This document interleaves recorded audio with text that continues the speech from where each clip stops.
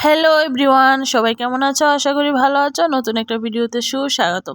তো আজকের এই সুস্বাদু রেসিপিটা তোমাদের সাথে শেয়ার না করে পারলাম না। খুবই টেস্টি একটা নিরামিষ রেসিপি, পনির আর ভিন্ডি বা ঢেঁড়স যেটাই বলো। তো খুবই টেস্টি, তোমরা একবার অবশ্যই বাড়িতে বানিয়ে খাওয়াবে সবাইকে সর্ষে দিয়ে। তো এখানে দেখো পনির আর ঢেঁড়স কেটে নিয়েছি বা ভিন্ডি যেটাই বলো, আর এখানে নিয়ে নিলাম সরিষা আর কাঁচা লঙ্কা।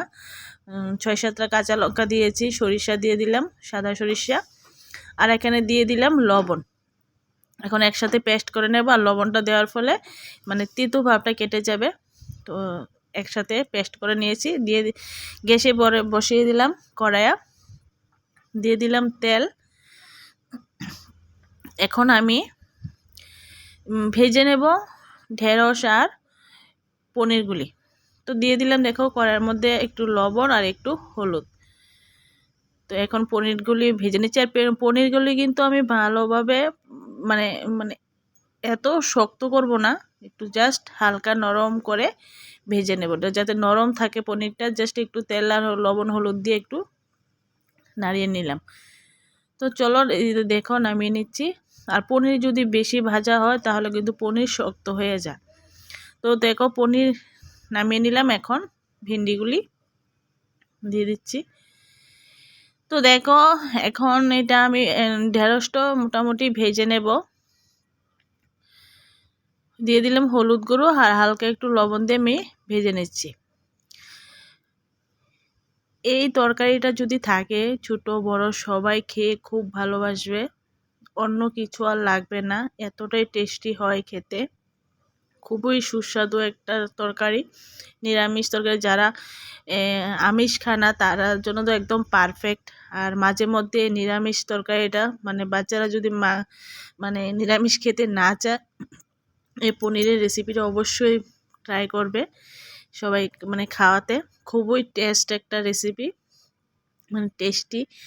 তো সম্পূর্ণ ভিডিওটা দেখো, স্কিপ না করে, আশা করি ভালো লাগবে।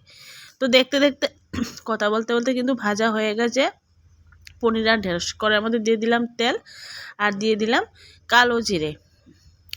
আর তেলের মধ্যে কালো জিরেটা দেওয়ার ফলে কিন্তু স্মেলটা অনেক সুন্দর এসেছে। মানে অল্প মশলায় এত টেস্টি একটা রেসিপি। তো একটু হলুদ গুঁড়ো, একটু একটু ধনিয়া গুঁড়ো, লঙ্কা গুঁড়ো আর হলুদ গুঁড়ো দিয়ে দিলাম। আমি এটা জিরে গুঁড়ো কিন্তু ইউজ করিনি, জাস্ট একটু ধনিয়া গুঁড়ো দিয়েছি, জিরে দেব না। কালো জিরে দিলাম তেলের মধ্যে, তারপরে ধনিয়া গুঁড়ো, লঙ্কা গুঁড়ো আর হলুদ গুঁড়ো। এখন মশলাটা এখানে একটু স্কিপ হয়ে গেছে, মশলাটার মধ্যে আমি যে সরিষার পেস্টটা বেটে নিয়েছিলাম ওইটা ঢেলে দিয়ে একটু জল দিয়ে নেড়েছিলাম, ওইটাই জাস্ট। তারপর দিয়ে দিলাম পনির আর ঢেঁড়স। তো একটু কষিয়ে নিলাম। তো চলো ঝোল দিয়ে আমি একটু মানে রান্না করে নিয়েছি, এটা আমার কষানো না, রান্না হয়ে গেছে।